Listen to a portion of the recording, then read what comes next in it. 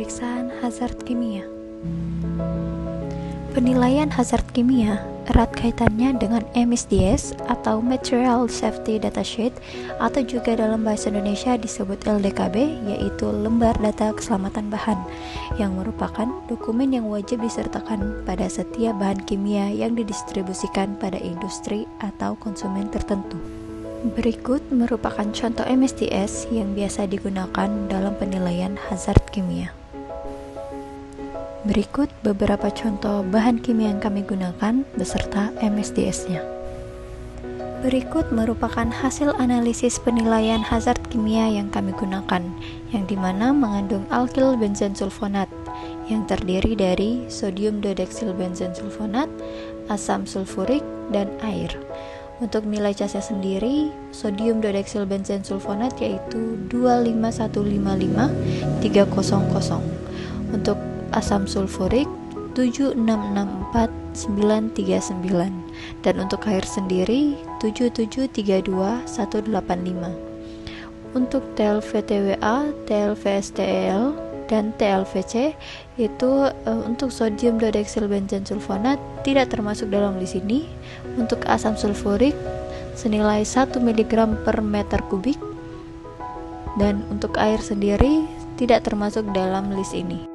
Efek samping yang dapat disebabkan dari bahan ini pada mata dapat menyebabkan iritasi mata dan luka bakar, pada kulit dapat menyebabkan luka bakar yang parah, melepuh dan nyeri, pada pencernaan dapat menyebabkan muntah dan diare berdarah, asfiksia akibat pembengkakan tenggorokan, dan pada inhalasi dapat pada konsentrasi 5 mg per meter kubik dapat menyebabkan iritasi hidung dan tenggorokan, sakit kepala, batuk, peningkatan frekuensi pernapasan, dan gangguan paru-paru untuk ventilasi. Sedangkan untuk efek kroniknya dapat menyebabkan dada sesak, cairan di paru, sianosis, hipotensi, bronkitis atau emfisema, trakeobronkitis, erosi gigi, pneumonia, dan gangguan gastrointestinal, iritasi kulit, konjungtivitis, dan lakrimasi mata. Untuk pengendaliannya sendiri, untuk penanganannya, cuci bersih setelah penanganan, jangan sampai terkena mata, kulit, atau pakaian, jangan menelan atau menghirup, gunakan dengan ventilasi yang memadai, hindari paparan yang lama atau berulang. Untuk penyimpanan, jangan disimpan dengan zat alkali, simpan dalam wadah tertutup rapat, berlebar, non-reaktif, terlindung dari panas, dan zat yang tidak cocok. Berikut merupakan bahan kimia yang kedua yang kami gunakan, beserta MSDS-nya.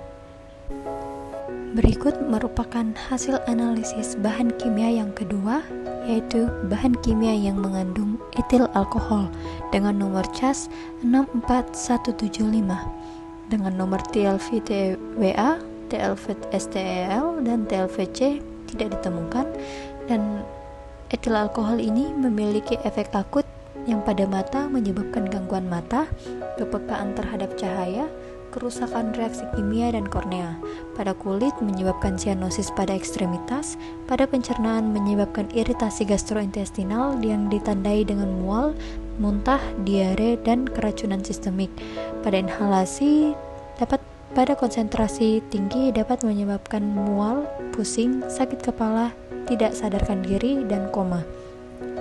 Untuk efek kronik sendiri dapat menyebabkan efek pada reproduksi dan janin. Penelitian pada hewan melaporkan perkembangan tumor, kontak terlalu lama dapat menyebabkan gangguan hati, ginjal, dan kerusakan jantung. Untuk pengendaliannya, pada penanganan, cuci sampai bersih setelah digunakan, gunakan hanya di daerah berventilasi baik, hindari kontak dengan mata, kulit, dan pakaian. Pada penyimpanan, jauhkan dari panas, percikan api, dan sumber api. Simpan dalam wadah tertutup, jauhkan dari kontak dengan bahan oksidasi, simpan di daerah sejuk dan kering, berventilasi baik, jauh dari zat-zat yang tidak kompatibel, jangan simpan dekat peroksida, asam kromat, atau asam nitrat. Berikutnya, pencegahan dengan 5 level prevention.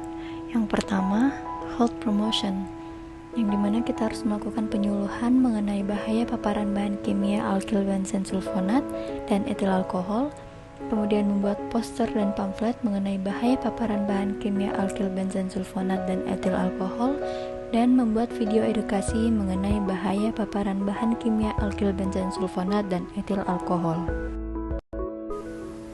Langkah yang kedua yaitu specific protection, di mana kita harus mengurangi resiko dengan penggunaan alat pelindung diri atau APD, terutama sarung tangan, penggunaan masker, kacamata pengaman, dan pakaian pelindung. Menetapkan prosedur kerja secara aman untuk mengurangi risiko lebih lanjut terkait paparan bahan kimia. Langkah yang ketiga, early diagnosis and prompt treatment, yang dimana jika tertelan dapat masuk dalam saluran pencernaan yang dapat menyebabkan mual, muntah, hingga penyakit gastrointestinal. Pada kontak mata menyebabkan nyeri atau iritasi mata yang serius, berair, kemerahan. Pada inhalasi dapat menyebabkan iritasi saluran pernapasan dan batuk. Pada kontak kulit dapat menyebabkan iritasi kulit dan kemerahan. Langkah yang keempat, disability limitation, di mana jika tertelan, cuci bersih, kemudian beri air banyak untuk diminum, jangan dimuntahkan kecuali dengan instruksi dokter, jangan memberikan apapun melalui mulut pada pasien yang tidak sadar. Jika terkena mata, bilas dengan air bersih minimal selama 15 menit. Pastikan irigasi di bawah kelopak mata dengan mengangkatnya. Jangan mencoba melepaskan kontak lensa kecuali terlatih. Jika terjadi kontak pada kulit, segera lepaskan pakaian yang terkontaminasi dan cuci kulit secara menyeluruh dengan air. Area yang melepuh harus ditangani sebagai luka bakar. Berikan pernapasan buatan jika tidak bernapas dan jangan lakukan dari mulut ke mulut. Langkah kelima, rehabilitation. Rehabilitation ini disesuaikan dengan manifestasi penyakit yang disebabkan oleh paparan bahan kimia tersebut. Hierarchy of control pada penilaian hazard ini, yang pertama eliminasi, menghilangkan sumber bahaya kimia. Yang kedua substitusi sumber bahan kimia dengan pengganti bahan pembersih yang lebih aman terhadap kesehatan. Kemudian isolasi, memisahkan atau memindahkan atau mengisolasi sumber bahaya dengan menentukan tempat penyimpanan agar tidak mudah dijangkau oleh anak-anak. Engineering control, melakukan modifikasi, gunakan sistem tertutup bila memungkinkan, sediakan ventilasi pembuangan lokal, pastikan kepatuhan dengan batas paparan yang berlaku.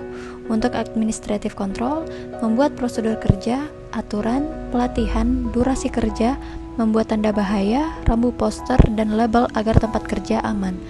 APD, menggunakan alat pelindung diri yaitu sarung tangan, masker, kacamata pelindung, pakaian pelindung, dan sepatu boots. Itulah tadi hasil penilaian hazard kimia yang kelompok kami lakukan. Lebih dan kurangnya mohon dimaafkan. Wassalamualaikum warahmatullahi wabarakatuh.